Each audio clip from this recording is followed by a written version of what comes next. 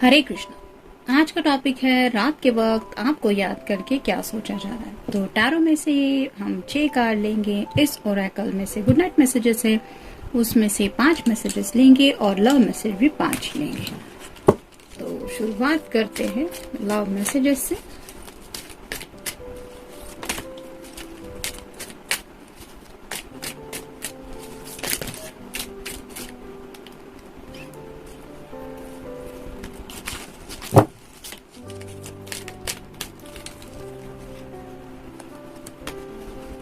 एक,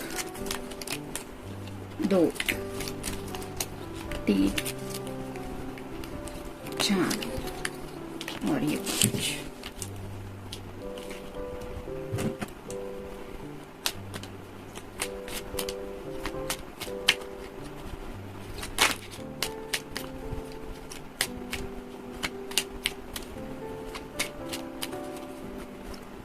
एक, 2, 3, 4 और ये 5।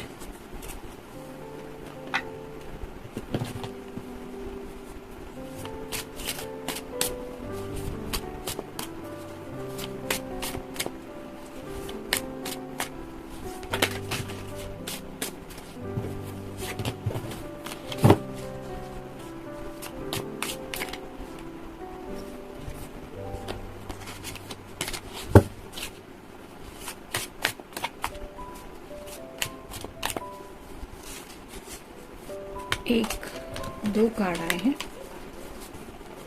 3, 4,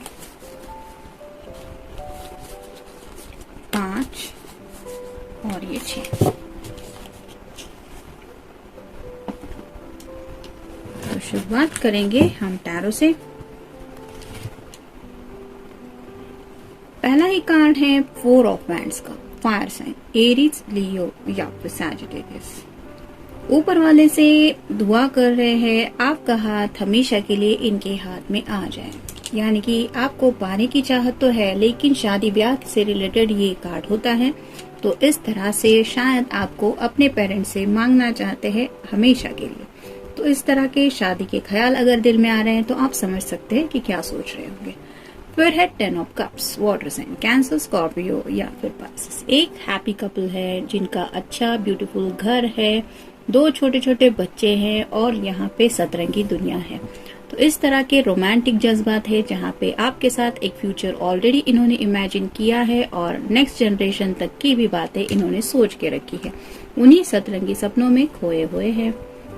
फिर है 2 of wands, fire sign, Aries, Leo या फिर सैजिटेरियस। इंतजार कर रहे हैं सही वक्त का। जैसे यहाँ पे दोनों हाथ में वैंड है जो रिप्रेजेंट करती है एक्शन लेने को, बेकरार है।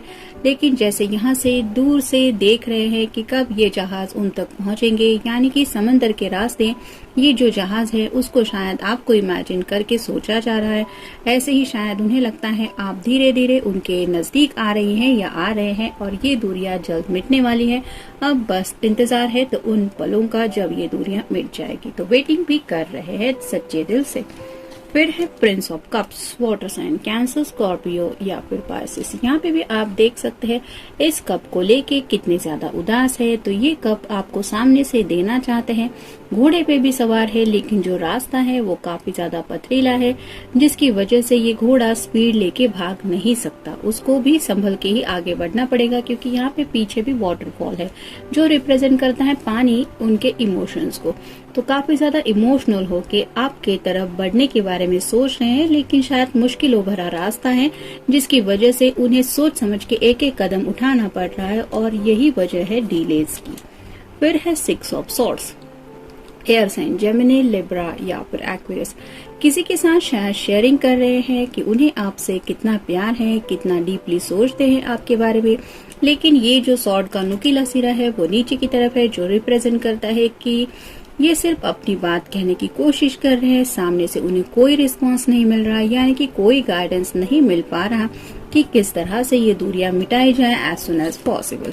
फिर है 4 of swords, air sign, Gemini, Libra या फिर एक्वेरियस। जैसा कि पहले ही कार्ड में मैंने कहा कि ऊपर वाले से दुआ कर रहे हैं आपका हाथ मांग रहे हैं। वैसे ही यहाँ पे भी आप देख सकते हैं दोनों हाथ जोड़ के ये प्रार्थना कर रहा है या दुआ कर रहा है, कुछ भी कह सकते हैं आप, प्रेयर भी कह सकते हैं।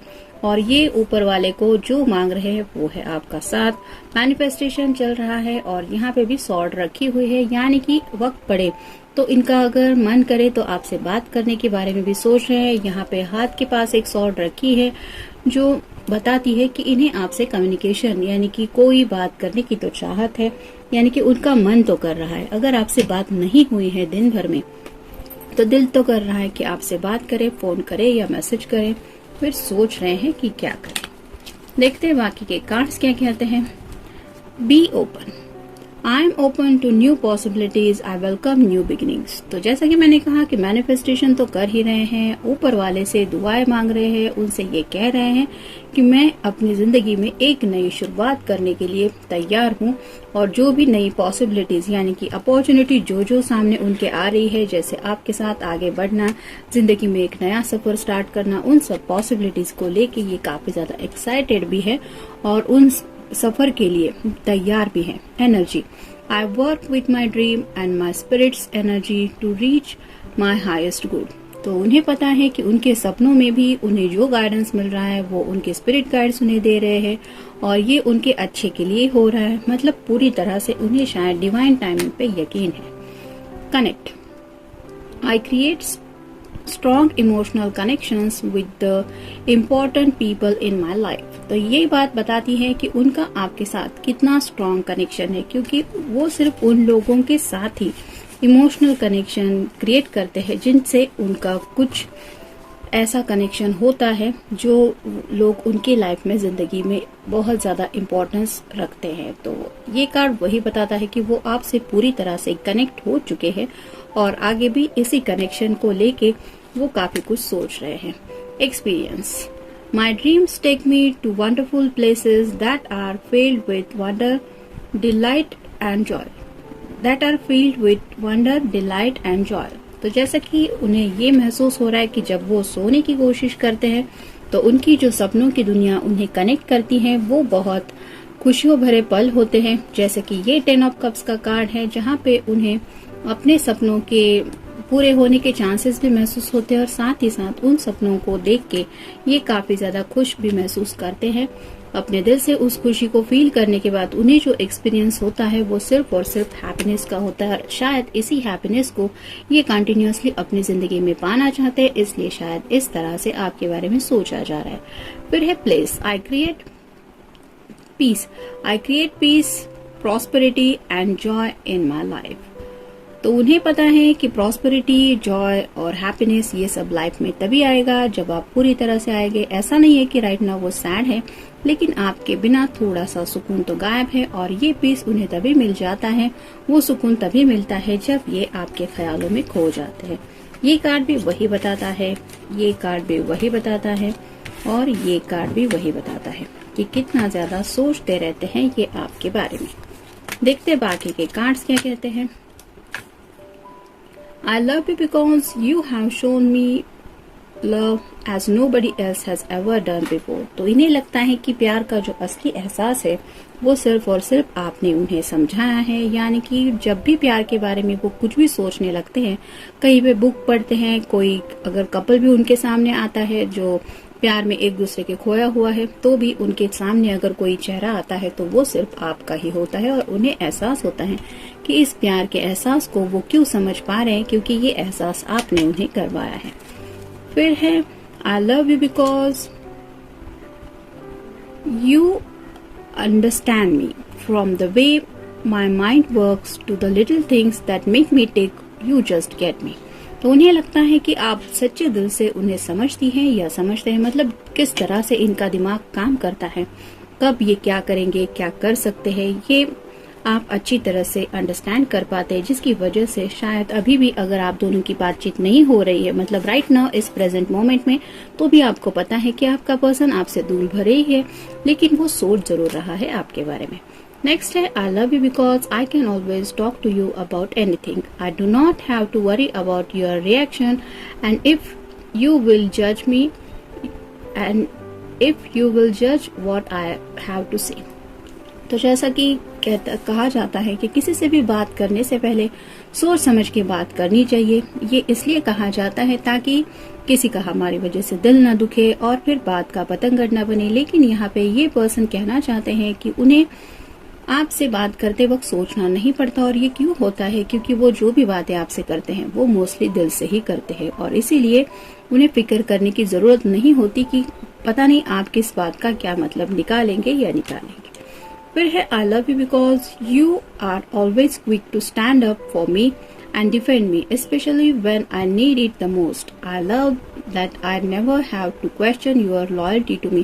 तो इन्हें पता है कि आप बहुत ज्यादा लॉयल है इनके लिए, यानी कि आपके दिल में और आपकी जिंदगी में इन्होंने एक स्पेसिफिक मकाम हासिल कर लिया है और वो जगह अब कोई भी नहीं ले सकता, ना ही आप किसी को वो जगह दे सकते हैं। और इन्हें पता है कि आपका प्यार इस तरह से है कि अगर आपको पता चले कि आपके पर्सन को आपकी जरूरत है तो आप बिना वक्त गवाएं उनको डिफेंड करने के लिए, उनको बचाने के लिए, उनको सपोर्ट करने के लिए वहां पे पहुंचने की कोशिश करेंगी या फिर करेंगे। और ये क्यों होगा? क्योंकि आप सिर्फ यही ध्यान में रखेंगे कि आपके पर्सन को आपकी जरूरत है।